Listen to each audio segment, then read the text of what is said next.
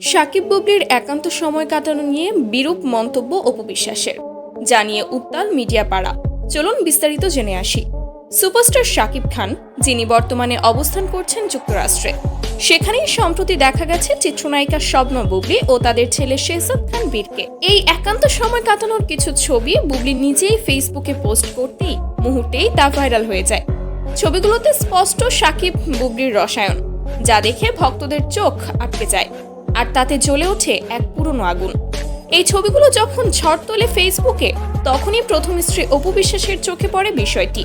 মুছে না ফেলা এক যন্ত্রণার স্মৃতি যেন ফিরে আসে তার মনে, আর তাই নিজেকে আর ধরে রাখতে পারেননি এই অভিনেত্রী।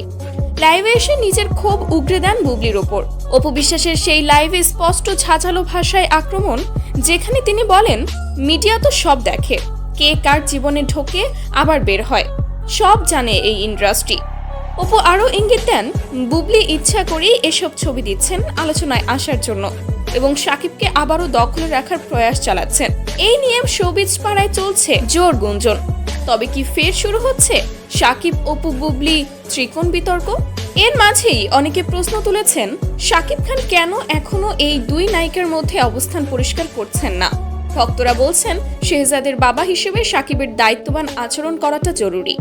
তবে এই দুই নারীকে নিয়ে এমন দ্বিধাজনক অবস্থান তার মতো সুপারস্টারের মানায় না। সোশ্যাল মিডিয়ায় এক পক্ষ বুবলির পক্ষে, অন্য পক্ষ অপু বিশ্বাসের আবেগকে সমর্থন করছে। তবে দিন শেষে প্রশ্নটা থেকেই যায়, কার সঙ্গে ভবিষ্যৎ গড়তে চান সাকিব?